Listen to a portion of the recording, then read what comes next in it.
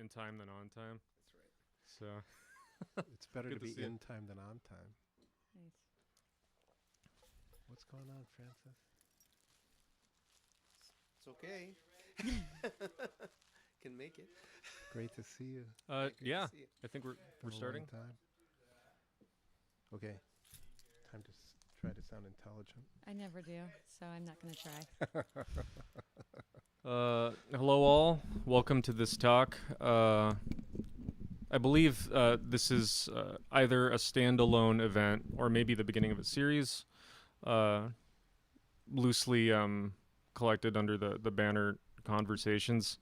I was asked to convene a group of musicians who might have something to say about the practice of improvisation and the nature of collaboration within the sphere of improvisation. So I'm really excited to be joined by these people today, who each of whom braved the rain. So I think it's probably going to be best if we all introduce ourselves as opposed to just kind of do a round table of me reading biographies. So maybe we can start. We'll go left to right for my seat. Sure. Glad to be on the left.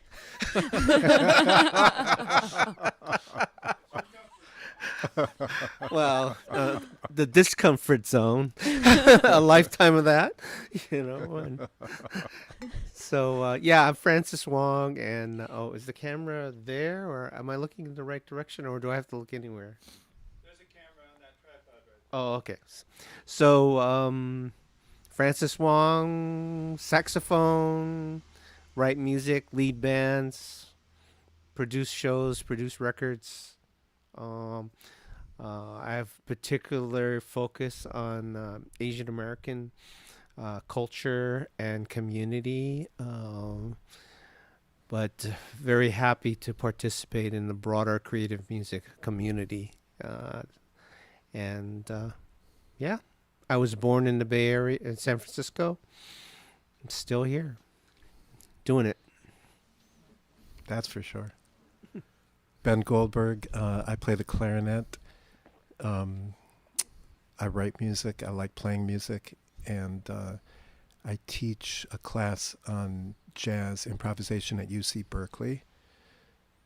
So I'm involved in education, and these days I feel like I spend a lot of time thinking about topics related to education and the transmission of culture and how we participate in the world of art, and what does that mean to us, and how does that affect us, and how does it bring us together in different ways. And that's about it for now. Beth, Shank, saxophone player, composer, educator, teacher. I've been in the Bay Area 8 years. Lived in New York a while, lived in LA a while, Japan, all over the place. And happy to be here and excited to talk about improvisation and composition and listen to all of you and what you have to offer. I'm Karl Evangelista, guitarist, composer, improviser. A lot of my work has to do with converging ideas and genres across different cultures. For example, kind of colliding music that might be considered popular music and jazz or concert music. I'm also kind of preoccupied with the idea of creating some sort of imagined Filipino-American music. And so much of my career has been predicated on trying to figure out what that sounds like. So it's great that you mention education, Ben. I know one of the convergences I was trying to find commonalities when I was kind of like attempting to assemble this group. One of the commonalities we have is work in education and work in kind of transmission of information. And there was this quote that I came across. I teach a class at San Francisco State University in race and resistance studies on basically the relationship between music and politics. So Hanif Abdurraqib, in this book, which is nominally about hip-hop group A Tribe Called Quest, says, jazz is actually a story about what can urgently be passed down to other people before a person expires. I think I paraphrased that a little bit. But I always thought that was really profound. The idea of transmitting information across generations and attempting to communicate something urgently. So maybe just to start, we can kind of ponder that concept a bit and talk about what the ideas of intergenerationality and mentorship and teaching, what those ideas have to do with the process of music making in 2021. Teacher, call on someone. Well, okay, so just to start, Not that this is the paper chase, but one of my first gigs in the Bay Area was with Francis, and that was one of the reasons I always think to ask Francis to these events, because Francis has given me like a lot of guidance, not just as a musician, but as a kind of like mentor in terms of how to comport yourself in the artistic sphere. So maybe Francis, you can talk a little bit about the work that you've done in that capacity. well, I don't know. I mean, pretty early on, I think we were getting ready to do my first, maybe not my first recording, but when I was playing on John Jang's recording called The Ballad of the Bullet, and it was Asian Improv Records 0001. I think we're at 104 now, but Whoa.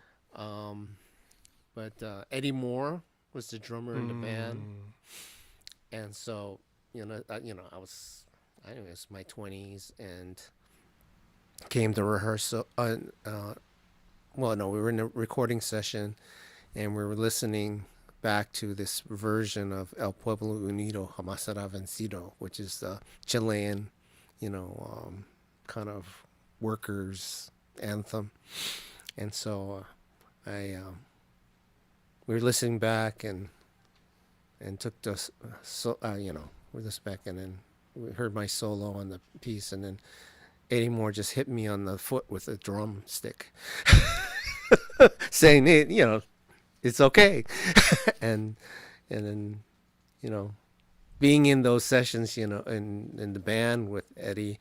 In John's band with Eddie, Eddie would say, "Oh yeah, I just got back from playing with Sonny Rollins or Stanley Turrentine, and I'm playing with you guys," So it's that sense of being part of a continuum, and that's the way it happens.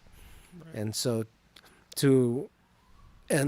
there's a sense of responsibility to carry that on.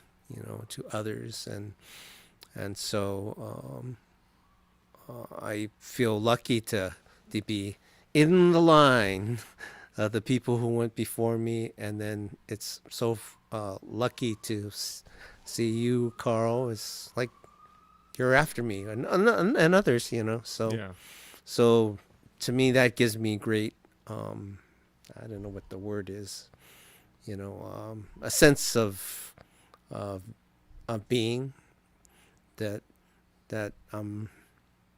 in some kind of context. Right.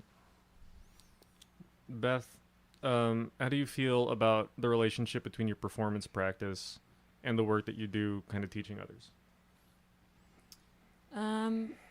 I'd say for a long time I kept them very, very separate. And I actually just sort of had these compartmentalized views on teaching, and when I was in the classroom, that I was just focused on those students right then, and then when I was home, I was doing like the things that I was interested in, and those things did not meet. Especially since I teach a lot of younger kids, the things that I do outside of the classroom seemed like too far-fetched to get the age level that I work with into. So I sort of I just treated them as separate things. But there's this really beautiful artist that I have been lucky to work with for a long time named Rodney Ewing. He just moved to New York, but he was in the Bay Area for a long time. And he was like, "You got to stop doing that. It's the same thing." Because I was complaining, man, when I'm teaching, I'm just not having the headspace to think about music creatively. Hello, coffee. I'm not getting like my practicing in, or I'm not writing enough music. And how do you do it? Because he's a full-time teacher and his work is at MoMA. And he was like, you have to stop thinking about them as two separate things, and they're actually the exact same thing. And when I'm in the classroom, I'm working on my stuff next to the kids that are working on their stuff. And they value me as an artist, whether or not they understand my stuff, because they're seeing me work alongside them.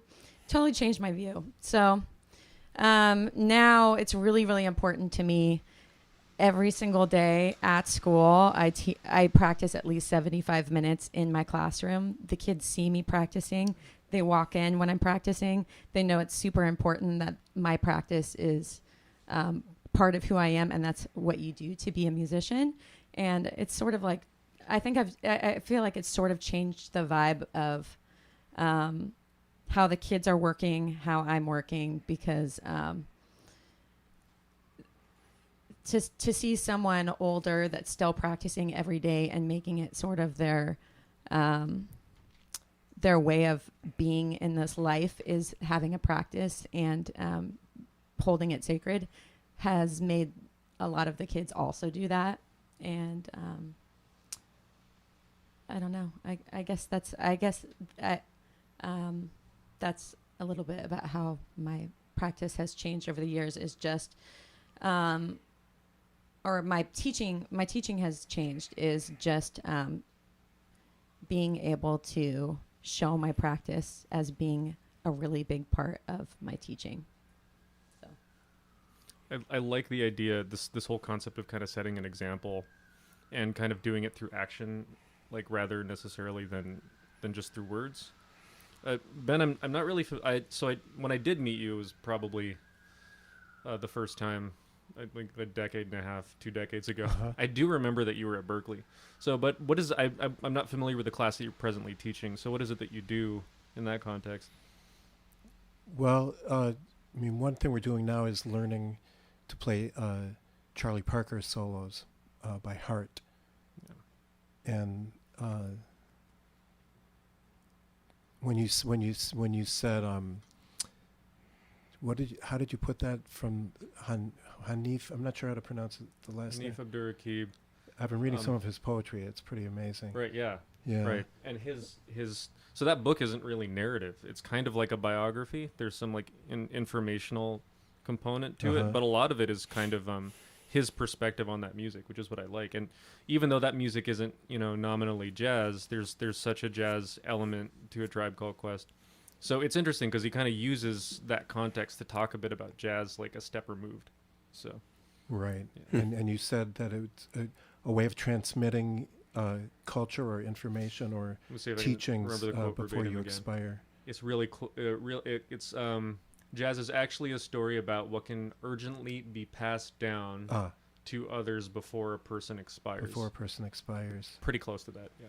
Yeah, there's so many components to that. And I mean, one thing that came to mind when you said that was the work of Charlie Parker, who left us at quite a young age, and yet also left us recordings that each of which is like each recording is like a lesson, like a demonstration and a lesson and a container of knowledge, as if part of the reality of those recordings is like a demonstration of here's what you can do. Here's one thing that you can do. Do you have chord changes that go like this? Well, here's one thing you can do. And it's so perfectly stated, and it's just like as if it's like it's a text. It's a teaching. And I feel like I'm just using Charlie Parker as one example, and in some ways a kind of pinnacle of that type of activity. But what's left and what's passed along contains everything that a person needs to know in order to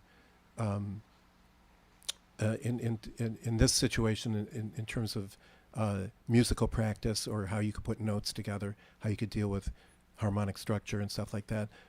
But beyond that, in a sense, and because it's Charlie Parker, I teach my students how to, we memorize the solos together, and inevitably you bump up against a much bigger question, which is, how can I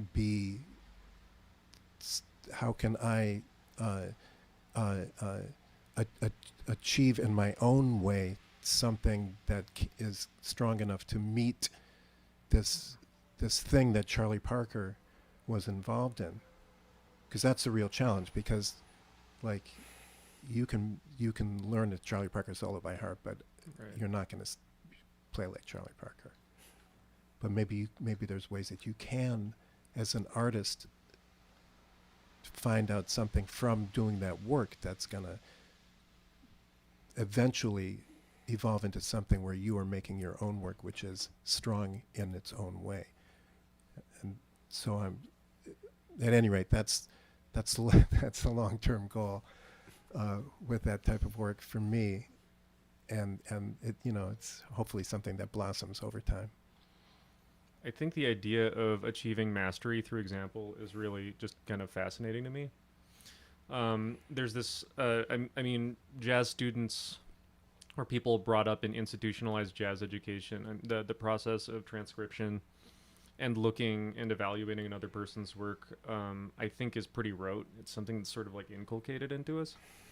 But I think it's more, there's something, and this gets into some abstract atmosphere. The idea of communicating something other than what's on the page, if you transcribe, kind of engages with a level of mystery, which I think is kind of difficult to understand unless you're actually a performer, unless you're actually on stage kind of doing it. I was recently, for the purposes of arrangement, I was transcribing this Art Ensemble of Chicago piece from the record, I think it was Baptism, if I remember correctly. It's called Ufnoon. And I say this very carefully, just on a very basic level, it makes no sense, just the way that the thing is structured. Because it's a series of quick kind of atonal figures, and then there's series of quick atonal figures, and there's this loop phrase, then a variation on the atonal figures, and then another loop phrase, and the variations are so weird. There's just no way of really tracking why those variations happen from like an analytical standpoint.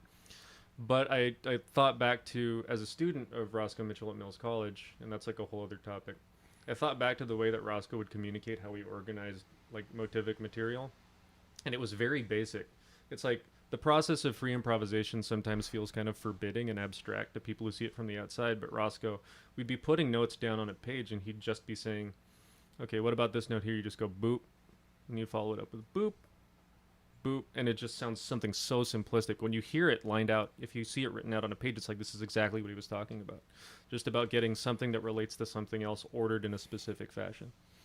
So maybe we can speak a bit to that topic. I feel like it's a little abstract, but the idea that there's something in a transcription or something on the page that isn't really there, that isn't visual.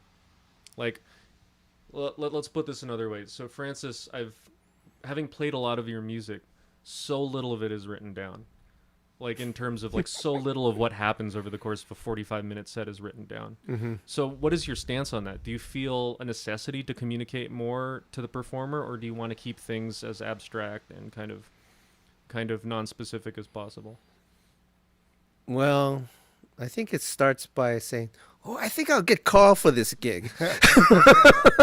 Because I know Carl. Yeah. I know his thing, so it's, because to me, it's just like, well, you're still pretty young, but we've played together for like 15 years. Yeah. So, so it's, to me, it's just like, I'll get Carl, I'll get Karen Stackpole, or I get, and so, because there's a history together, so I just think about it as relationships and history and love and, all these different things. That's not, sometimes it's, well, it doesn't translate into, it could translate into a piece of paper, but it's, we got a gig to do, we got other gigs to do, and so it's trying to make it feel like a shared practice, I guess, since we were using that term, and so I just kind of look at it more like that, is that we're playing ourselves, we're playing our history, and we're kind of following a certain tradition, as far as like, well, you mentioned Charlie Parker, back then, I guess the tunes didn't always have names, right? They didn't say, let's play this, like, just start playing. Yeah, yeah. Everybody knew what it was supposed to do, so. Yeah, yeah. So I kind of try to feel like, some responsibility to that and to folks that I played with, So Beth, I'm actually of everyone on the stage, I know the least about the mechanics of your music. So because I know a bit of what Ben does, and I've seen a lot of Francis's music. So in your groups, like for example, something like Social Stutter, like how much of it is on the page and how much of it is in the performance? Well, for that particular group, most of it is on the page. Sure. That's a sax quartet that I have, and I've just always loved saxophone quartets, and I played in a lot of like classical saxophone quartets growing up, and through college, I have a orchestral performance degree. So for that project, I just I love the sound of really organized music with 4 of the similar sounding instruments. So for that, most of it is written out, and like some pieces are through composed, and then other pieces have sections that have solos. But for the main part, I'm thinking like on long form. They're like long form through composed pieces. And I feel like I sort of have two diverse ways of writing, and that's one of them, where I want a lot of control over what happens, and I have like a really specific long-term idea and structure that I want to get across. Like you have a vision of what the final thing is supposed to be. Yeah. And a lot of it has to do with what the piece is about, what the inspiration is, and like telling that story over well, the pieces tend to be like 8 or 10 minutes or longer. And then the other way I write is finding little vehicles to explore with musicians that I know really well, that I love to have conversations with. So that stuff is like, half a page, sure. A lot of, handwritten. So I feel like I go between those two modes of writing, and they serve like different purposes that are exciting to me. Yeah.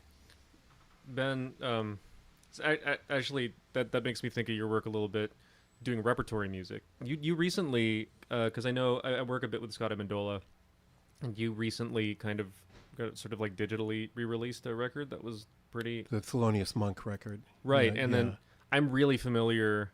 Not through you, but actually because it was kind of passed down to me. I think Philip Greenleaf actually gave me the record back in the day with Junk Genius.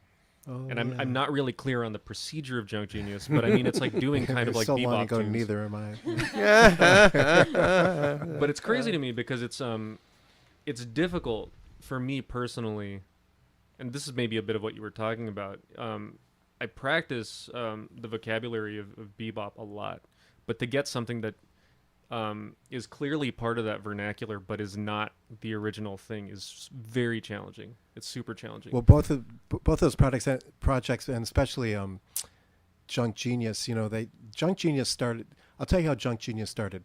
John Schott and I were hanging out, and I said, and we said, like, let's do something so that we're not always embarrassed when we go to jam sessions and somebody calls a tune that you don't know. So let's get together and memorize all the tunes that people play. That's I fantastic. swear to God, that was the origin junk genius, and it started off as a project of like, let's learn how to play Erigen or whatever, you know.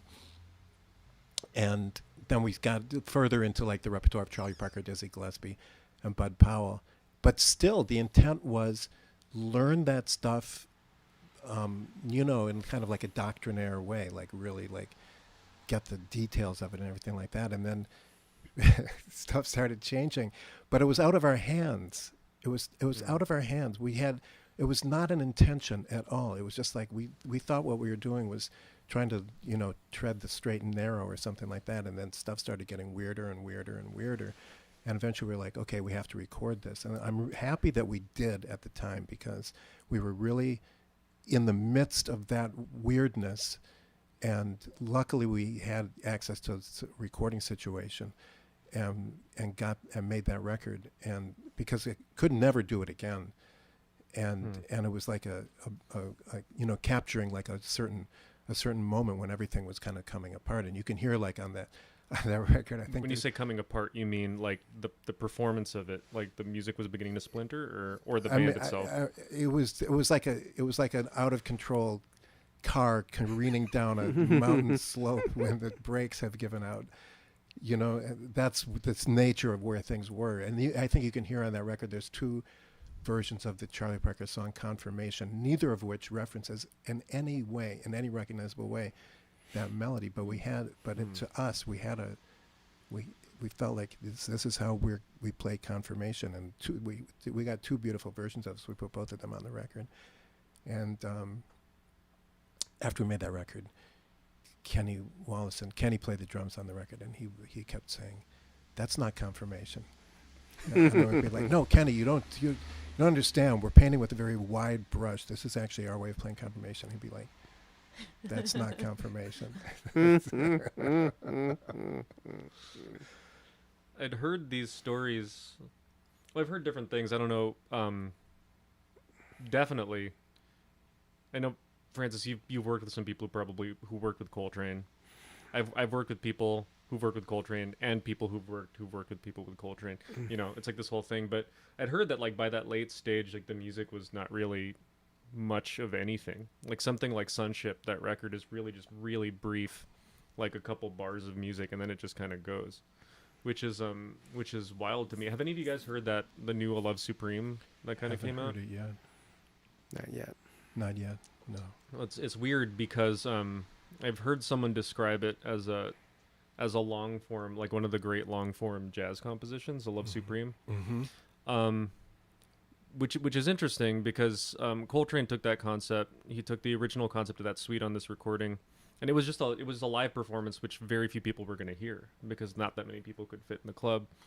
And he stretches it, so it's basically something more akin to Meditations, where there are a bunch of guest soloists, and Coltrane is kind of really off to the side for a lot of the recording. But if you've dug into the original composition, there's a lot of integrity to it, like in terms of like tonal structure, in terms of like the relationship between motives across movements, even the whole thing about how Psalm, the last movement of A Love Supreme, is actually kind of like a piece of poetry, which he attempted to perform on saxophone. Yeah. And it's interesting because it's very coherent, but it's coherent in what I think is actual simplicity. He just kind of found the basic mechanics of what he wanted to present. And if you perform it in a different way, if you add like a few more musicians, the piece becomes something completely different. It's not the original thing anymore. So how do you feel about kind of, and maybe we can open it up a bit so I'm not kind of calling on people round robin style. How do you feel about brevity? You know, in terms of if you're trying to fill out 10 minutes, how much music do you want to put? How much music do you want to present to people? If that were your strategy. So thought experiment wise, we'll say that. Let's say you want to fill out 10 minutes of music with people you haven't performed with before. Like, how much do you want to put down on a page?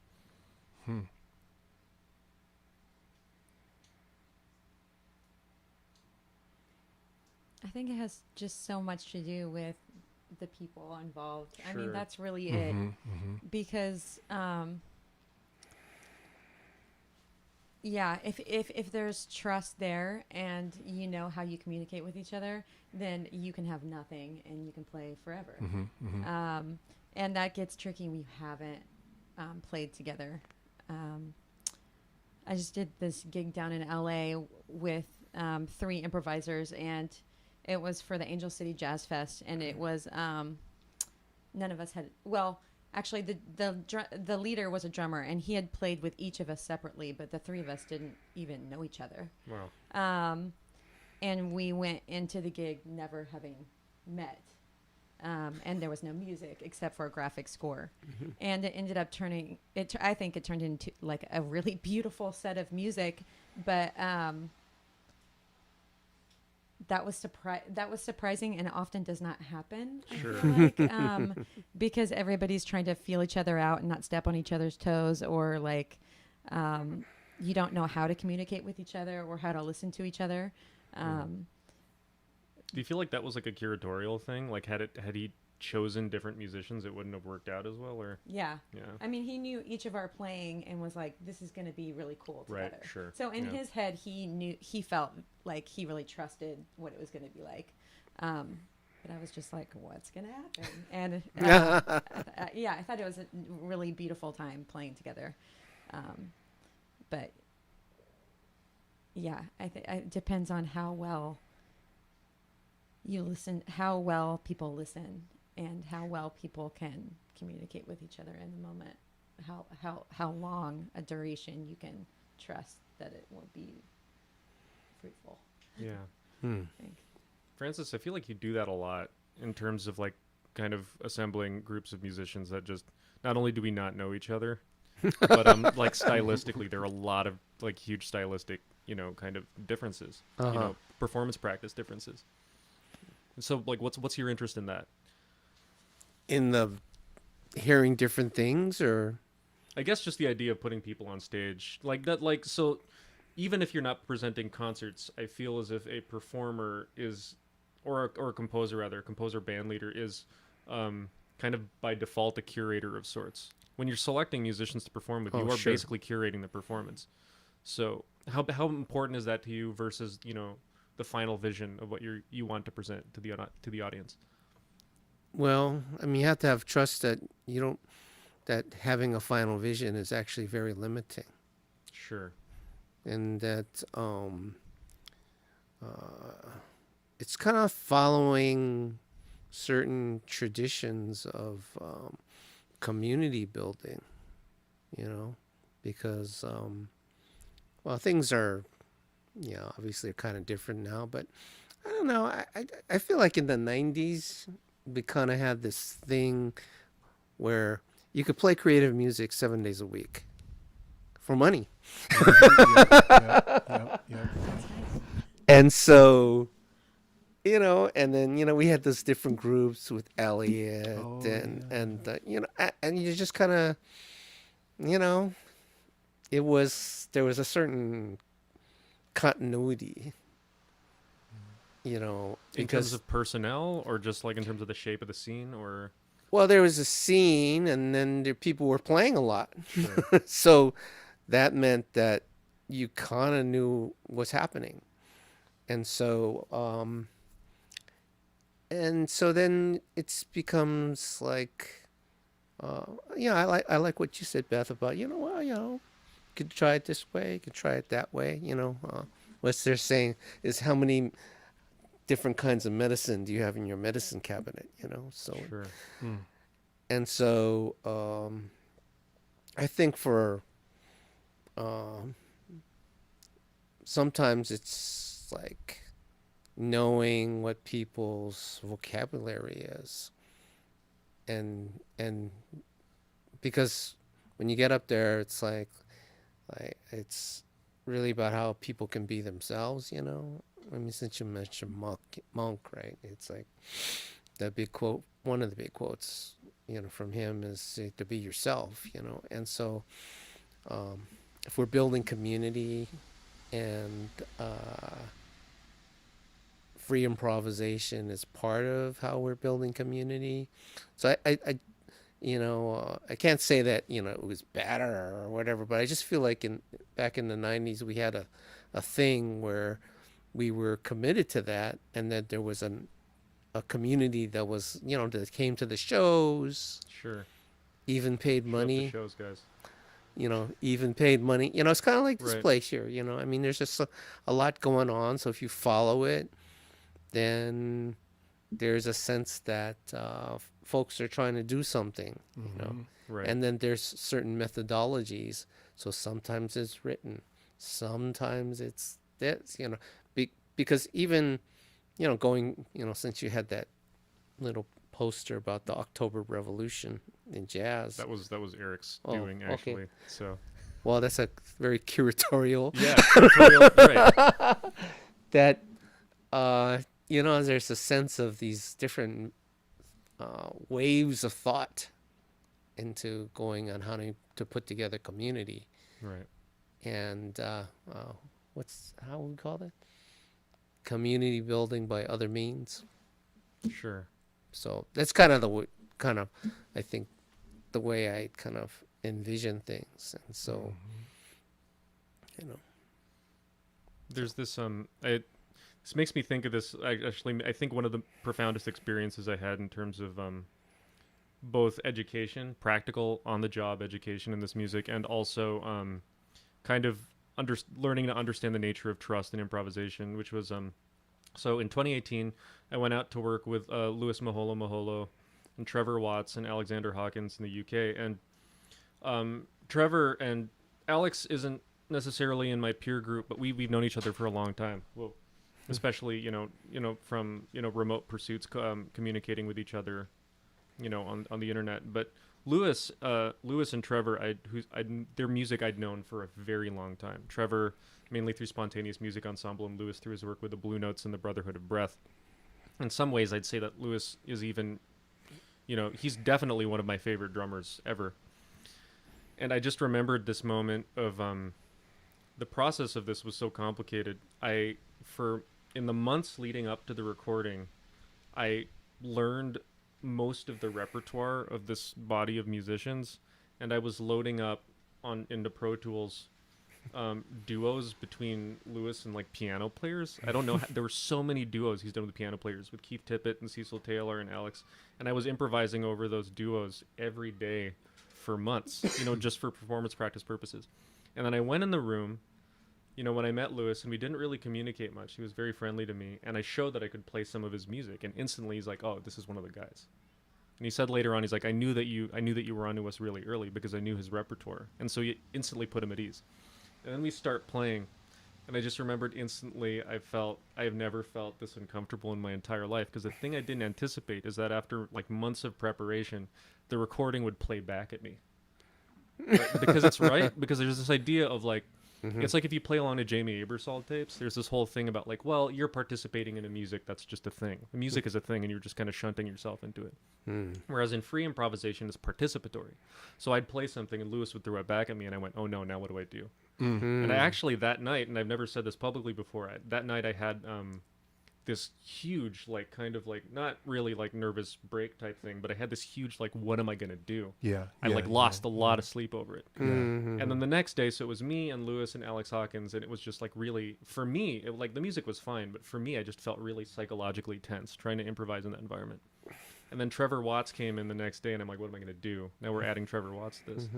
And you can hear it on the record, it's the first track, from the first downbeat, I'm like, oh, thank God. And it's just, the music just kind of played me, all of us. And it was just, I remember even like in between songs, I was texting my partner and my bandmate Ray and my mom. I'm like, you got to get over here. You have to just hear what's happening. Because at that point, I felt like this embodied thing of like, well, you have to surrender yourself to the experience. The minute I kind of submitted to that and just felt like, well, this music is bigger than me. I'm just a piece of it, and the music's going to grow by virtue of my participation. The minute I submitted to that, the music was perfect. I wish I could relive the moment of just that, because I feel like we've all lived that before, just on stage, just like, oh, thank God. Like the minute the music starts, it's like, it's going to work. You just know it's going to work from the first downbeat. So how do you feel about like the notion of the performer as an individual voice, the performer as a personality on stage versus a performer as a member of an ensemble in an improvised context? Like, Ben, do you think you could say something about that? Because you've worked in a lot of different contexts like that. Well, one thing that comes to mind from the story that you just told is I feel like something that I'm working on, maybe like bringing into the situation of that we call performance, is like I just want to get to work. I want, like last night I was playing right here, actually, right on that stage, and the goal was, I want to do the work that I do, even though there's other people in the room, even though there's like the audience and they came to see a show and stuff like that.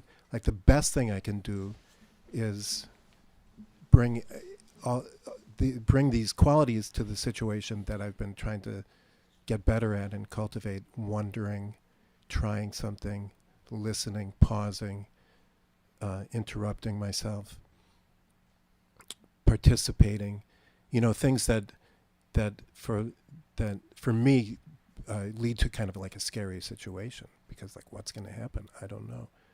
Am I going to be able to make something that sounds like music? Hopefully, but not exactly sure. If I do this thing in the way that I really feel like is important, like the deepest way that I can do it, it could be a catastrophe. I mean, it could be terrible. I could embarrass myself. It's that Sun Ra thing. It's like one. I mean, I'm paraphrasing again, but like one wrong note can like destabilize the universe. No pressure. Guilty. Guilty. And I feel like one of my models for that activity has actually been Francis, because the times that I've been able to play with Francis and times I've listened to Francis play, I feel like I've tried to I've studied you a lot. And one thing I've tried to absorb is this amazing way that you. I don't want to put a category on what it is that you do, but there's a quality that you bring to it of like, let's get to work, or let's get busy, or let's do the thing that we do. And I feel like there was a long time where I felt like maybe that was lacking in my own thing. Maybe I was too concerned with like, I'm going to show everybody that I really can play the instrument, or that I know the tune, or that I can deal with the tempo or whatever. But I feel like I'm at a certain point I felt like I had to try to consciously cultivate a different way of going about it, which partly was modeled on what I tried to learn from playing with you. That it's not going to lead to a foregone not conclusion, but it's, I don't know where it's going to go. Nobody knows where it's going to go. How do you deal with, Beth? How do you deal with the idea of kind of I feel like I've mainly seen you in composed contexts, or like hybrid composition improvisation contexts. If you have to approach free improvisation, what is your mindset? How do you confront the idea of kind of like an absolutely blank canvas, especially when you're collaborating with others? I mean, the main thing is just listening. I just want to listen and understand where the other musicians are coming from. And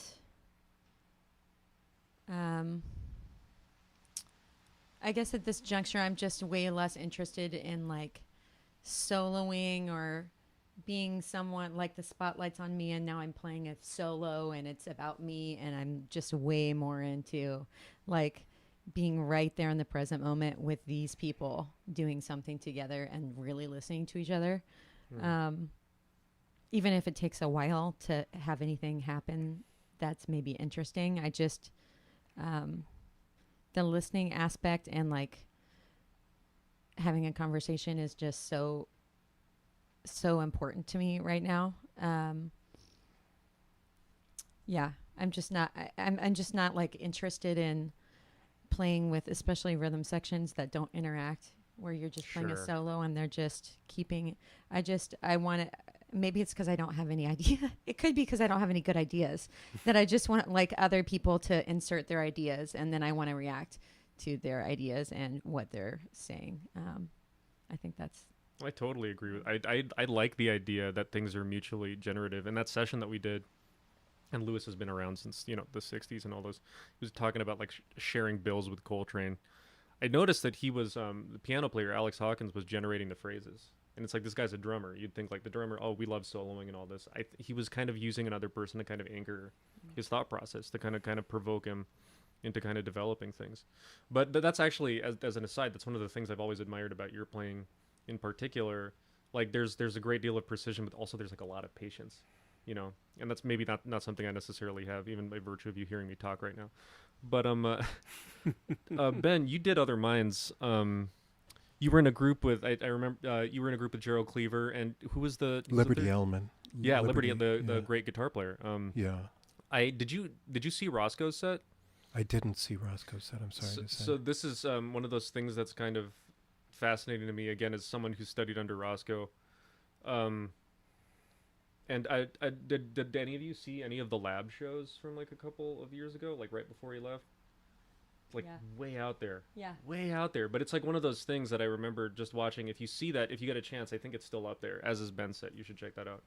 But if you get a chance to check it out, a lot of it is up for streaming with Other Minds. But Roscoe's set is really, really out. It's like about an hour long. And it's him and Junius Paul and Vincent Davis. And it seems like every time it's starting to bubble into something, like a prototypical free jazz thing, he just stops it. And it becomes this, you know, really extended hour-long improvisation that's kind of predicated on exploring like these really specific sound spaces. But it was even like there's a moment, and I've been trying to figure out. I've heard or seen Roscoe on stage kind of give directions before, even in improvised context. But there's a point at which Vincent Davis looks like he's about to like really start going for something, and Roscoe just says something. He turns around, everything just kind of stops, and then it goes back to one note a minute for an hour, and that's like super, like, you know, that's super crazy to me. The idea that, you know, if patience is not like, you know, like an inherent virtue, it's something that can kind of be learned and provoked as an improviser. So how do you feel about that? The idea of just kind of as an improviser, you kind of have to begin to learn behaviors that are not part of your personality, either your individual personality or your musical personality.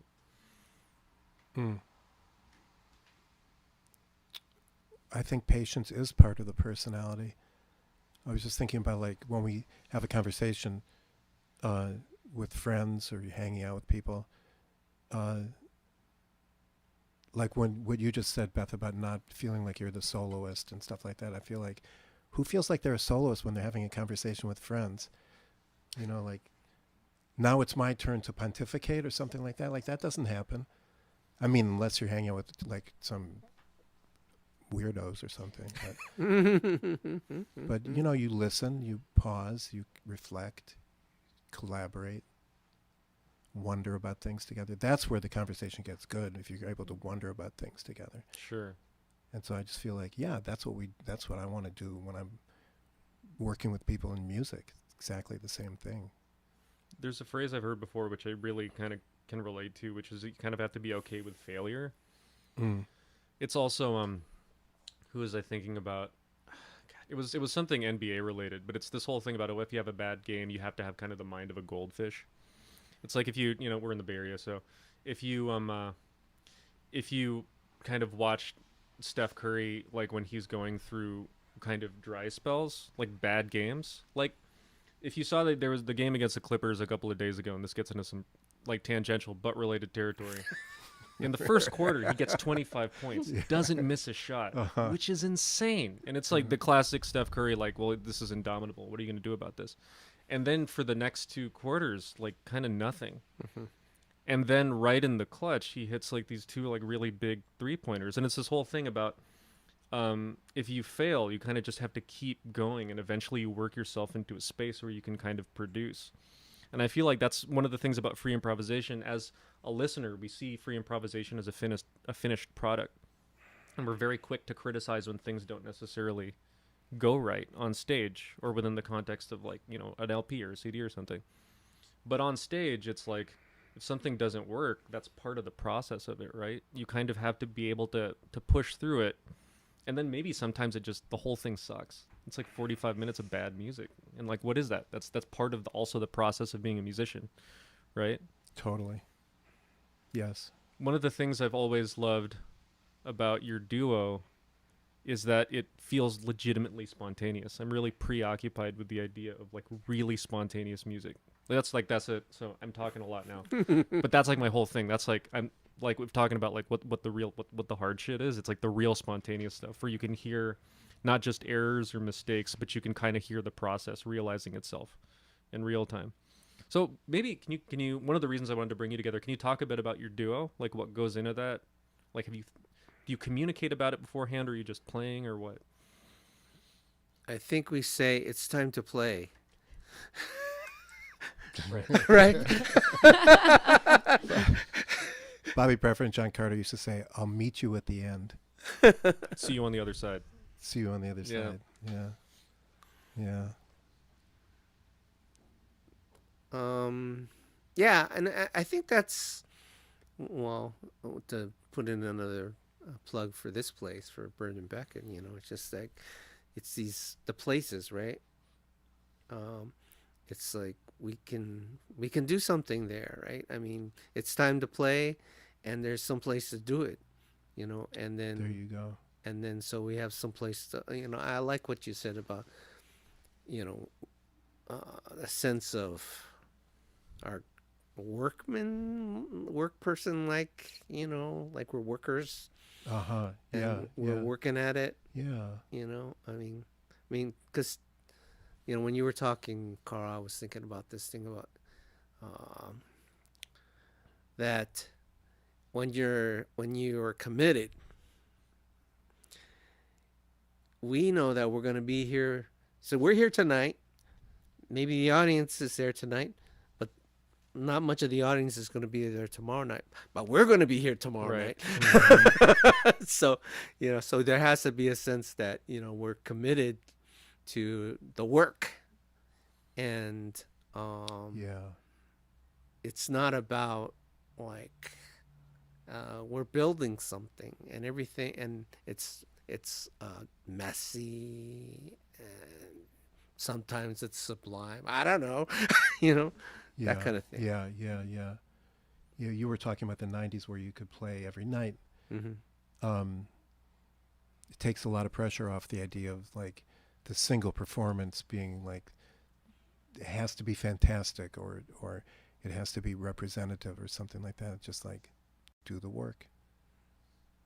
Yeah. Show up and do what you do. Have you had that feeling of just like you're booking a stint of like this is a tour of 10 dates, and like not all of these are going to be good? You know what I mean? It's like I always Yeah, but they all turn out to be good. right. Sometimes that happens, That's the right? thing. Yeah. And then it's but I thought mainly because we're getting into some like pretty dense territories. Maybe we can find a way to relate this back to what we're doing individually within our respective careers. So maybe to close things up, and we can spend some time with this because I'm attempting a budget time. We can talk about what we're up to right now, what projects we have coming up, how that might relate to the topics we're discussing. So Beth, do you want to go first? Sure. Well, it's been COVID times, you might have heard. So I made a solo album like every single other musician during COVID times. And it's coming on Innova, and we're finishing it up. But that's been my main thing that I've been working on up until recently. Writing, I recorded it at my house. Some things are just one track, and some things are me on alto, 8 tracks, and 3 composed. So that was really fun and challenging, and So sorry to interrupt. So like, Sure. you're multi-tracking alto? Yeah. Like, yeah. Mm-hmm. Cool. Yeah. And I wanted it to just be alto. Oh, So right that on. was another challenge, is the range of voices all being, 2.5 octaves or whatever. Mm-hmm. And then another group that I spend a lot of time with, especially during pandemic times, is a composer collective called House of Farn, with my husband Matt Robel and Jenny Scheinman and John Wood. And we've spent we always spend weeks together writing and playing and having our kids play together up north in Humboldt. But during the pandemic, we did it a lot.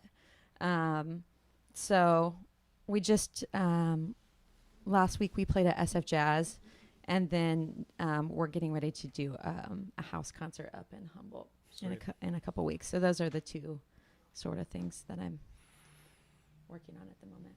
Yeah, music built kind of.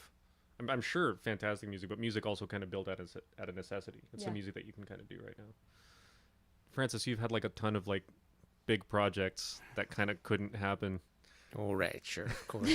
So I mean, you instantly kind of jumped back into it the minute we were pseudo out of, people were getting vaccinated and whatnot. So where are you at right now? Well, okay. So this weekend,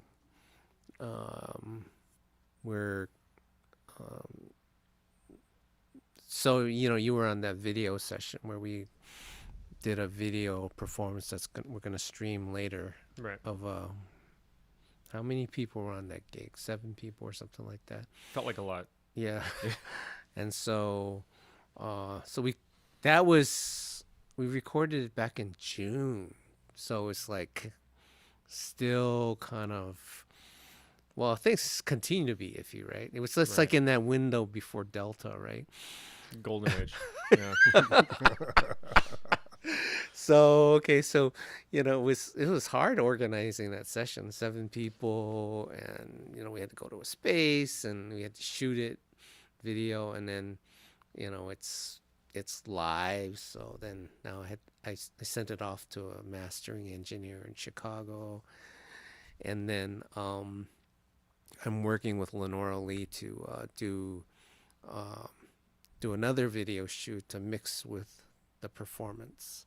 Right. Because it's about, the piece is really, it's partly about history of Asian Americans and in the military, particularly World War II. Right. Because that was a kind of like the beginning of the civil rights movement, and well, not the beginning, but it was a watershed moment. And then we have these places in Chinatown that were related to people going off, like in World War II, going off to World War II or World War One, and these kind of monuments to the sacrifices that people did. And so then I'm working with Lenore to get her dancers and to do choreography in these places.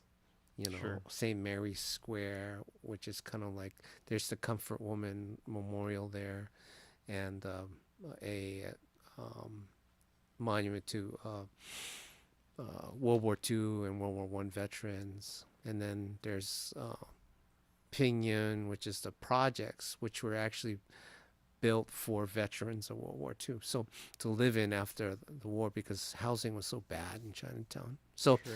so anyway, so that's one project, but also I have another recording project that I did in Chicago, Taiko and Ed Wilkerson, so Melody, Takada, and Kyoto Aoki, Tatsuo Aoki, Ed Wilkerson, Mwata Bowden. Right, that AAC, Roper. Asian Improv Arts. Yeah, kind of like we connection. call it Asian Yeah. Improv Nation. Yeah. And so kind of it's mastered. Someone wrote the liner notes. Now I have to write some more stuff, So Yeah. kind of get that out the door, So there's things to do, And then there was, we had a nice concert last Sunday at the Asian Art Museum, so that was good. Kind of have post Delta. Well, I don't know if it's post Delta yet, but Pseudo. yeah. So things to do. Yeah. How about you, Ben? Oh, I guess one thing that's been occupying my mind is this thing that I've been calling porch concert material. Mm. We presented it at the Other Minds Festival, and it's like, well, it started with a crazy idea of, and this came straight out of the pandemic, but I wanted to make a record with this band that I have called Ben Goldberg School, and I thought, like, well, I had this idea of, like, I wrote about 25 songs and I memorized them, and they were kind of like songs that could be. I mean, one of the goals was songs that felt good to play on the clarinet. Sure. Memorize them. Then I went in the studio, and I said, okay, now we're playing song number 1. Nobody had sheet music. Nobody had ever heard the song, and I just started playing it. And I said to everybody, grab on, do what you can, listen, try to deal with it, because I had this idea that if I give people sheet music, I'm asking them for a certain level of who they are, like a certain skill set. Like maybe they're good sight readers, maybe they're good at negotiating chord changes. But that's kind of generic.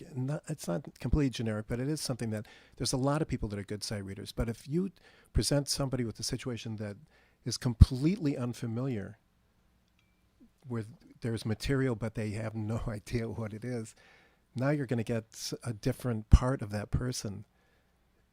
The struggle, the what, the kind of like, help, what am I going to do here? The desperation, trying to grab on to things. And you're going to get people's actual human resources. Anyway, I hate to use that word, human resource. That's not what I mean. The deeper resources of the individual. Sounds kind of evil. Yeah, it sounds evil. So that was my idea, and do it in the recording studio. Just get that take right there. That's super cool. That's really cool. And the results were amazing. To be honest, there were some very tricky passages, and I did send a few things around to people, like, learn this, because it's going to show up. But for the most part, we got some amazing sounds. And at any rate, that was recorded in July. Actually, that was recorded at the same time that you made your record. That was the conflict why we couldn't play on each other's records. Yeah, the great band Goldberg could also not make a session. Francis, Lisa Metzacappa, Ray Scampavia, and I did a recording with the great Andrew Sorrell, who's also incidentally a fantastic person. And that's actually it'll get released. It's getting mixed this week. So maybe next time we'll definitely have you on. That would be fantastic. The funny thing was that it was like the only thing that had been scheduled for like so rough. 18 months, and it was like on the same day. It works out the worst way. Anyway, that same material, then it started evolving for me like into like solo clarinet, and then I started thinking of it as porch concert material, and then actually Liberty and I spent a lot of time learning that stuff together. So that he's out in the Bay now. Is that? He's in San Francisco. Right. So then it turned into something different than the original concept, because it's like material that we both know, and Gerald knows it, and then we can mess around with it and try it in different ways and stuff like that. So that's kind of one of the things that I'm doing right now. Feels weird after all this, kind of like plugging my own stuff. No, of course. But wasn't that the whole point of this conversation? That's absolutely what this is. It's just self-promotion. It's your responsibility now to put forward. I'm thankful to say that my Project Rex is going to be doing some very, very limited touring coming up in November and December. You can check out our websites. We should all plug our websites after this, but I'm at we can go to www.carlevangelista.com or www.grexsounds.com. Actually, we will be at Burden Beckett on, I believe, Saturday the 13th, November 13th, and we will be presenting some music. We composed this suite in honor of the great Milford Graves, another teacher of mine, and we're going to be performing that really live for only the really first time. So that's coming out. Maybe can we all give our websites?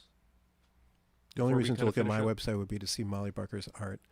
So I'll just why don't I just say Molly Barker's art, Molly Barker's website. You could go to mollybarkerart.com and look at her art directly. Did you mention, Ben, you'll be here next Saturday? I'll be here next Saturday playing with Darren Johnston and his collection. Also, Gerald Cleaver's on that concert, and David Boyce. And me and Darren. I think that's the extent of it. Burton Beckett's calendar is pretty loaded, so always please tune back in and support this space. It's a fantastic environment. Yeah, don't look at my website. I haven't looked at it. So. Do look into and support Asian Improv Arts, however. Which is fulfilling an invaluable community purpose. Oh yeah. Yeah, find us. We're active on social media more. and we're working on getting our web stuff, once again. I mean, we've been doing this for it's 34 years, so it's just like we have to go through these different, we have to shed at different points. It like encompasses the inception of the readily available internet. Yeah. So, yeah. So, but we got stuff going on. John Jang has a concert also on the 13th, and just look out for our work. My website hosts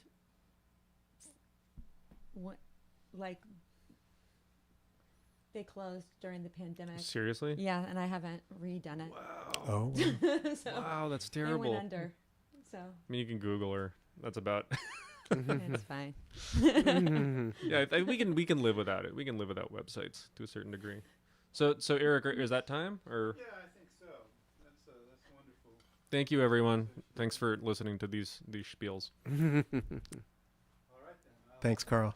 Yeah, thank you. Thanks, Beth. Thanks for making it up. Beth. It was fun. Yeah. And let's